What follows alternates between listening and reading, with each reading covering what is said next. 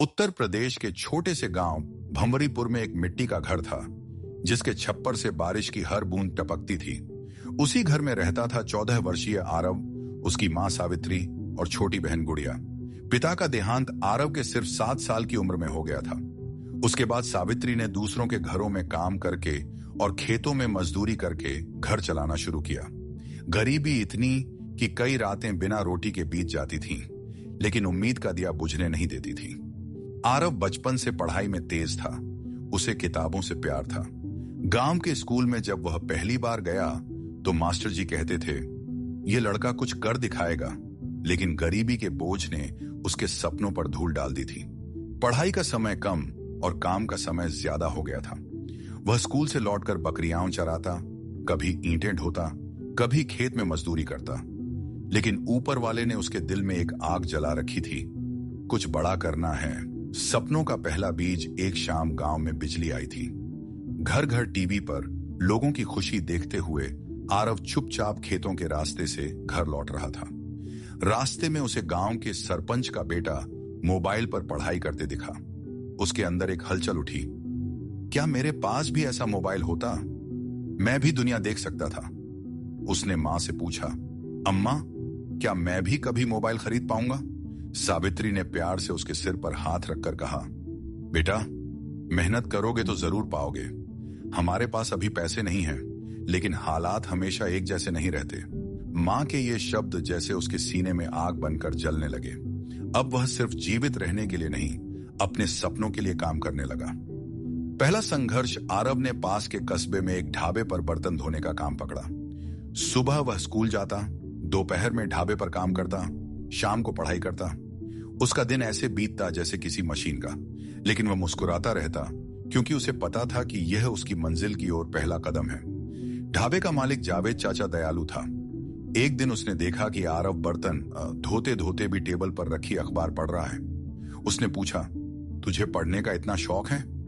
आरव ने शर्माते हुए कहा, हाँ चाचा, मैं बड़ा आदमी बनना चाहता हूँ। कुछ ऐसा करना चाहता हूँ जिससे मेरी माँ को फिर कभी रोना न पड़े। जावेद चाचा ने उसी दिन उसे एक पुराना स्मार्टफोन दिया, जो उनके बेटे का था। आरव की आंखों में चमक आ गई। वह मोबाइल उसके लिए किसी खजाने से कम नहीं था। उसने मोबाइल से पढ़ना शुरू किया। ऑनलाइन कोर्स, यूट्यूब वीडियो, गणित, विज्ञान, अंग्रेजी, सब कुछ। दूसरा संघर्ष, गांव की ताने और गरीबी की दीवारें। गांव के लोग बातें बनाते, ओ देखो, बर्तन धोने वाला लड़का अब मोबाइल चला रहा है। अरे पढ़ाई लिखाई उसके बस की नहीं, गरीबी में पैदा हुआ है, मजदूरी ही करेगा। लेकिन आरव अंदर से मजबूत था। उसने नकारात्मक बातों को प्रेरणा बना लिया। उसने अपनी पढ़ाई में और मेहनत जोड़ दी। 8वीं के बोर्ड में उसने पूरे जिले में दूसरा स्थान हासिल किया। उसके नाम की चर्चा होने लगी। स्कूल के मास्टर जी ने उसकी फीस माफ करवा दी। सपनों का बड़ा मोड़, लैपटॉप की चाह। मोबाइल से पढ़ते पढ़ते उसने कंप्यूटर विज्ञान की दुनिया समझी। उसे कोडिंग बहुत पसंद आने लगी। वह कहता, कंप्यूटर ही मेरा भविष्य है। लेकिन समस्या यह थी कि उसके पास लैपटॉप नहीं था। ढाबे की कमाई से घर का खर्च ही मुश्किल से चलता था। आरव ने हिम्मत नहीं हारी। उसने कस्बे में ट्यूशन पढ़ाना शुरू किया। शाम को 4 बच्चों को पढ़ाता और महीने के 500 रुपए कमा लेता। धीरे धीरे यह संख्या 20 बच्चों तक पहुंच गई। उसकी कमाई बढ़ी और उसने 10 महीने में पुराना लैपटॉप खरीद लिया। लैपटॉप मिलना जैसे उसकी जिंदगी में सूरज उगने जैसा था। उसने कोडिंग सीखनी शुरू की। HTML, CSS, JavaScript, Python. उसे समझ आ गया था कि दुनिया तेजी से डिजिटल हो रही है और वह पीछे नहीं रहना चाहता था। तूफान का आगमन जीवन में जब सब कुछ ठीक होने लगता है, तभी कोई ना कोई तूफान आता है। वही हुआ। सावित्री बीमार पड़ गई। डॉक्टर ने कहा कि दवाइयों और इलाज में काफी खर्च आएगा। घर में पैसे नहीं थे। आरव ने बिना सोचे समझे अपनी सारी बचत लैपटॉप सहित बेच दी और मां का इलाज करवाया। उसकी आंखों में आंसू थे, लेकिन चेहरे पर पछतावा नहीं। लैपटॉप फिर आ जाएगा मां, लेकिन अगर आप चली गई तो मैं क्या करूंगा? सावित्री की आंखें भर आईं। उसने बेटे को सीने से लगा लिया। कुछ महीने बाद सावित्री ठीक हो गई, पर आरव फिर खाली हाथ था। लेकिन यह उसकी असली परीक्षा थी और वह हारने वालों में से नहीं था। जीरो से फिर शुरुआत। आरव ने कस्बे के एक साइबर कैफे में काम करना शुरू किया। मालिक ने उसकी लगन देखकर उससे कहा, तुम दुकान संभालो और खाली समय में कंप्यूटर भी सीखते रहो। आरव के लिए यह किसी वरदान से कम नहीं था।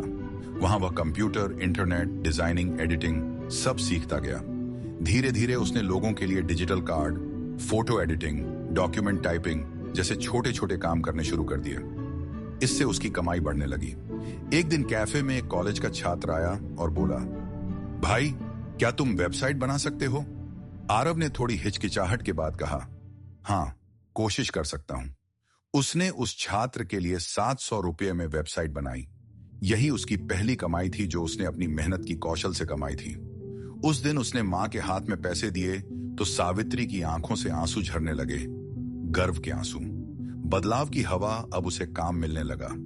वह सोशल मीडिया पर अपनी सर्विस देने लगा। गांव के लोग भी अब उसकी तारीफ करने लगे। कुछ लोग जो पहले उसे ताने मारते थे, अब अपने बच्चों को उससे पढ़ाने भेजते थे।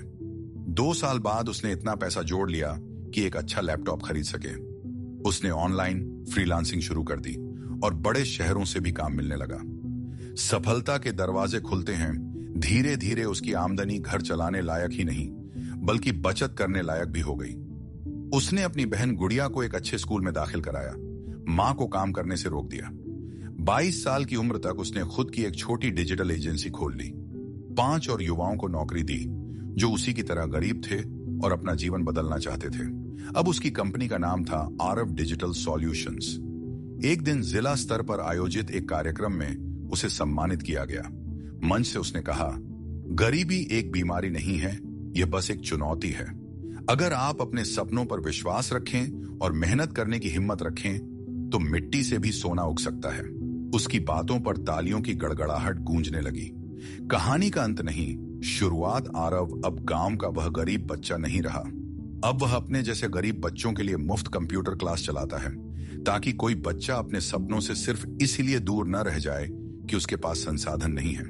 सावित्री अक्सर कहती, मेरा बेटा गरीब था लेकिन उसके सपने कभी गरीब नहीं थे। आरव मुस्कुराते हुए जवाब देता, अम्मा, हम सब मिट्टी से बने हैं। फर्क सिर्फ इतना है कि कौन मिट्टी में दब जाता है और कौन उस मिट्टी को सोना बना देता है। संदेश यह सिर्फ आरव की नहीं, उन सभी लोगों की कहानी है जो गरीबी में जन्म लेते हैं लेकिन अपने हौसलों से भाग्य को हराते हैं। गरीबी इंसान को रोक सकती है लेकिन तोड़ नहीं सकती अगर वह खुद को टूटने न दे।